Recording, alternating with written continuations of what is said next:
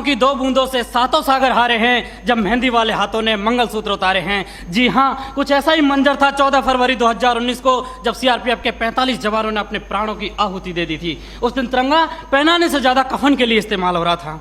आदरणीय अध्यक्ष महोदय, सम्मानीय निर्णायक मंडल एवं उपस्थित साथियों, मैं सीआईएसएफ से उप निरीक्षक पिंटू राम मीणा आज के वाद विवाद के विषय को केंद्रित करते हुए विपक्ष में अपने विचार प्रस्तुत करना चाहूंगा। महोदय, मैं एक सैनिक हूं और मेरे लिए तो संविधान ही गीता है, बाइबल है, कुरान है तथा भारतीय संविधान के अनुच्छेद 33 के तहत मेरे मौलिक अधिकार इसलिए छीने गए हैं ताकि मैं देश की रक्षा कर सकूं, देश के आत्मसम्मान और मान मर्यादा को बचा सकूं। उतना ही नहीं, माननीय सर्वोच्च न्यायालय द्वारा 1964 में रामस्वरूप बनाम भारत संघ मामले में स्पष्ट किया है कि एक सैनिक के लिए राष्ट्रीय सुरक्षा ही सर्वोपरि है। जबकि महोदय, आज हमारे देश में खौफनाक मंजर को देखकर यहाँ की जनमानस मौत से मोहब्बत और जिंदगी से नफरत करने लगी है, क्योंकि अपराध के मुकाबले कानून बौना नजर आने लगा है और ये मानव अधिकार तो अपराधियों के हित में तन जाते हैं, इसीलिए तो रोज भेड़िए साक्षात छाती पर चढ़ जाते हैं। अध्यक्ष महोदय, राष्ट्रीय सुरक्षा के लिए लड़ी गई लड़ाई कोई क्रिकेट का मैच नहीं जो आज हार गए तो कल जीत जाएंगे। ये वो जंग है जो आज नहीं जीती गई तो कल देश को वीरान कर देगी, इसीलिए इसको जीतना बहुत जरूरी है।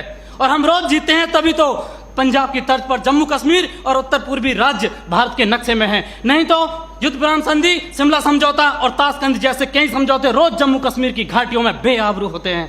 महोदय, राष्ट्रीय सुरक्षा का मतलब यह नहीं कि नक्सली आतंकी हमलों में जवाबी कार्रवाई न करें। राष्ट्रीय सुरक्षा का मतलब आतंकवाद, नक्सलवाद, उग्रवाद को खत्म कर देश के कोने कोने में शांति स्थापित करना है। और अगर शांति स्थापित करना है तो आतंकवाद और नक्सलवाद को पोषित करने वाले तथा उन्हें हथियार मुहैया कराने वाले राष्ट्रों पर प्रतिबंध लगाने की जरूरत है। जरूरत है न्यायिक प्रक्रिया को सुधारने की, टेरर फंडिंग और साइबर क्राइम को रोकने की। आज जरूरत है राजनीतिक इच्छा शक्ति की। महान राजनीतिक चाणक्य ने भी कहा कि कोई भी नियम राष्ट्र और राष्ट्रहित से बड़ा नहीं होता, किंचित ऐसा है तो उसे तत्काल बदल देना चाहिए। महोदय, आज के दौर में आक्रामक रवैया अपनाने वाले आतंकवाद, नक्सलवाद, उग्रवाद से लोहा लेना किसी युद्ध से कम नहीं और किसी युद्ध को जीतने के लिए पहल करने की आवश्यकता होती है। जबकि युद्ध जैसी अत्यंत निर्णायक पलों में एक जवान अपनी नौकरी की वजह से उतना ही कर पाता है कि सांप मरे या ना मरे, लेकिन लाठी नहीं टूटनी चाहिए, क्योंकि उसको डर सता रहा होता है कि जलील किया जाएगा उसे मानवाधिकारों की भरी सभा के अंदर। उसे डर सता रहा होता है कि ना तो कानून छोड़ेगा और ना ही तिल का ताड़ बनाने वाली मीडिया की पैनी नजरें छोड़ेंगी, जिसका ज्वलंत उदाहरण पहले कश्मीर में जवानों के सिर कटवाए तब जाके सर्जिकल स्ट्राइक किया। 20 भारतीय सैनिकों ने गोली खाई तब म्यांमार में घुसकर ऑपरेशन ऑल आउट किया था। 45 जवानों ने शहादत दी तब बालाकोट एयर स्ट्राइक की। काश ये एयर स्ट्राइक, सर्जिकल स्ट्राइक और ऑपरेशन ऑल आउट पहले ही हो गए होते तो एक पत्नी का सुहाग, एक बुढ़े माँ बाप की बुढ़ापे की लाठी, एक बहन की राखी और एक बच्चे का भविष्य अंधकार में नहीं होता। महोदय, डॉक्टर भी कैंसर का इलाज करता है तो संक्रमित कोशिका को काट कर फेंक देता है ताकि वो नासूर ना बने। और आज हमारे देश में आतंकवाद, नक्सलवाद और उग्रवाद तो उससे भी गंभीर समस्या बने हुए। ये 1 नहीं, 2 नहीं, 3 नहीं, हजारों निर्दोष लोगों की जान ले लेते हैं। महोदय, मेरे विपक्षी साथी किन दरिंदों के लिए मानव अधिकारों की दुहाई दे रहे हैं? उनके लिए जो विश्व के सबसे बड़े लोकतंत्र में सत्ता का गलियारा बंदूक की नली से नापना चाहते हैं, या फिर उनके लिए जो राजनीतिक शून्य, आर्थिक विफलता और अराजकता फैलाना चाहते हैं, या फिर उनके लिए जिन्होंने 38 भारतीय नागरिकों को इराक के मौसूल में मौत के घाट उतार दिया था और उनके घर वालों की पथराई आंखों को मिला भी तो सिर्फ ताबूत और ताबूत में मृत्यु प्रमाण पत्र, या फिर उनके लिए जो राष्ट्र विरोधी नारे लगाते हैं, अब जलम शर्मिंदा है, तेरे कातिल जिंदा है, कौन है अफजल का कातिल, भारतीय संविधान या सर्वोच्च न्यायालय? क्यों दरकिनार करना चाहते हैं मेरे विपक्षी साथी इन सब घटनाओं को? क्योंकि साथ सच्चाई को बर्दाश्त करने की क्षमता नहीं रह गई आपके अंदर। महोदय, सच ये है कि हमारी बंदूक की नली से निकली हुई गोली को 1000 बार सोचना पड़ता है कि उसे कब, कहां और किसे लगना है, जबकि एक आतंकवादी की गोली को कोई निर्णय लेने की आवश्यकता नहीं होती। एक जवान की उंगली अगर ट्रिगर पर है तब हम यहाँ खुली हवा में सांस लेते हैं। -40 डिग्री तापमान पर एक जवान अपनी हड्डियां गलाता है तब हमें सहूलियत मिलती है बुद्धिजीवियों की तरह बातें करने की, सहूलियत मिलती है संवेदनशील होने की, डिस्को जाने की और त्योहार मनाने की। अध्यक्ष महोदय, सच्चाई यह है कि दुश्मन देश के बाहर ही नहीं, देश के अंदर भी हो सकता है। मंदिर, मस्जिद और गुरुद्वारे में भी हो सकता है, यहां तक कि सदन के अंदर भी हो सकता है, जिसे नकारा नहीं जा सकता। और ये मेरी जिम्मेदारी है कि बाहर भीतर हर तरफ देश की रक्षा करूं, और ऐसा करते वक्त अगर मेरे और मेरे परिवार के मानव अधिकारों को कुचलना भी पड़ा तो मेरे लिए सौभाग्य की बात होगी। अंत में फैसला माननीय निर्णायक मंडल के ऊपर छोड़ते हुए भूतपूर्व प्रधानमंत्री श्री अटल बिहारी वाजपेयी जी की चंद पंक्तियों के साथ मेरी वाणी को विराम देना चाहूंगा कि ये बंधन की भूमि है, अभिनंदन की भूमि है, ये तर्पण की भूमि है, ये अर्पण की भूमि है, इसका कंकर कंकर शंकर है, इसका बिंदु बिंदु गंगा जल है। हम जिएंगे तो इसके लिए, मरेंगे तो इसके लिए, और मरने के बाद गंगा में बहती हुई हमारी अस्थियों से कोई कान लगाकर सुनेगा तो सिर्फ एक ही आवाज आएगी, भारत माता की जय। मैं इंस्पेक्टर जीडी राजप्रकाश मिश्रा, भारत तिब्बत सीमा पुलिस बल की तरफ से आज के वाद विवाद प्रतियोगिता का विषय मानव अधिकारों का अनुपालन करते हुए देश में आतंकवाद और उग्रवाद से प्रभावी तरीके से निपटा जा सकता है कि विपक्ष में अपना विचार रखना चाहूंगा। महोदय, बात चाहे सीमा सुरक्षा की हो या देश की आंतरिक सुरक्षा की हो, हमारे सुरक्षा बल अपने कर्तव्यों का निर्वहन काफी अच्छे तरीके से कर रहे हैं, परंतु कभी कभी हालात और परिस्थितियां इतनी खराब हो जाती है जब हमें राष्ट्र सुरक्षा में या आत्मरक्षा में कठोर कदम उठाने पड़ते हैं।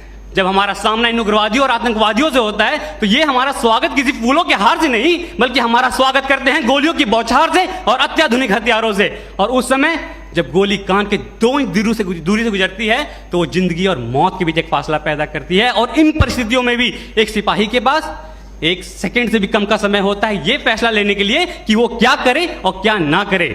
जबकि आज हमारे देश में एक न्यायपालिका को भी एक फैसला लेने में कई दशक लग जाते हैं। आसान नहीं होता फौजी कहलाना, आसान नहीं होता फौजी कहलाना। जज्बातों को पिघलाकर रगों में लोहा भरना पड़ता है।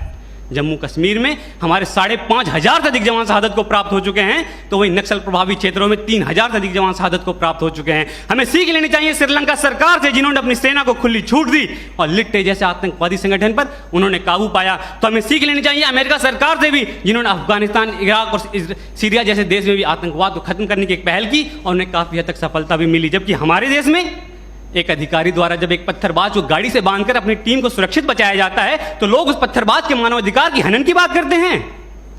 तो मैं आपको बताना चाहता हूं, अगर 10 व्यक्तियों की जान को बचाने के लिए एक व्यक्ति के मानवाधिकार का हनन कुछ समय के लिए हो भी जाए तो ये किसी भी सैद्धांतिक धरातल पर गलत नहीं है।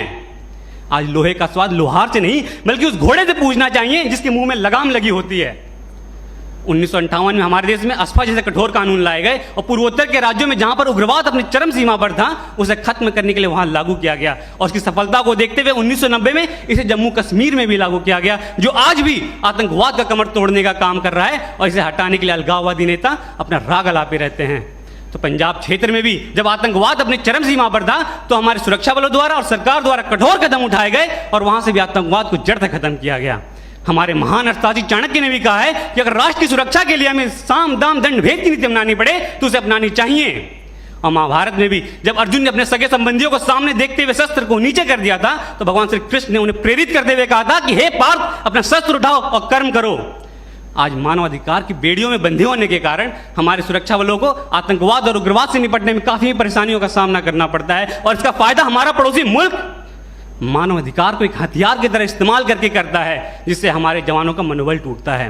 आज हमारे देश में कुछ क्षेत्र ऐसे भी हैं, अगर वहां पे कठोरता से कदम ना उठाए जाएं तो उस क्षेत्र को हमारे देश से अलग होते समय नहीं लगेगा। आज हमारे देश में निष्कर्ष स्वरूप में यह कहना चाहूंगा कि हमें मानव मूल्य, हमारे सुरक्षा बल मानव मूल्यों को ध्यान में रखते हुए अपने कर्तव्य का निर्वहन काफी अच्छे तरीके से कर रहे हैं, परंतु कभी कभी हालात और परिस्थितियां इतनी खराब होती है कि हमें कठोरता से काम करने पड़ते हैं। जबकि हमारे मानव मूल्यों को ध्यान में रखते हुए हमारे सुरक्षा बल हमारे देश में समय समय पर आने वाले प्राकृतिक आपदा के समय काफी अच्छा काम करते हैं और सीमावर्ती इलाकों में भी सिविक एक्शन प्रोग्राम और बॉर्डर एरिया डेवलपमेंट जैसे प्रोग्राम चलाकर लोगों के मानव मूल्यों को बढ़ाते हैं।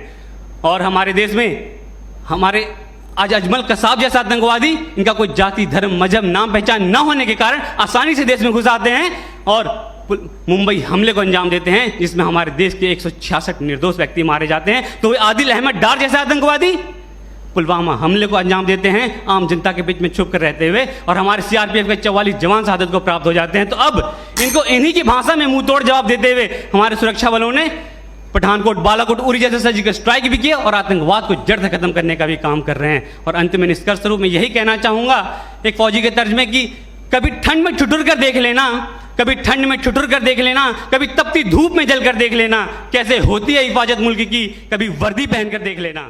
जय हिंद, जय भारत।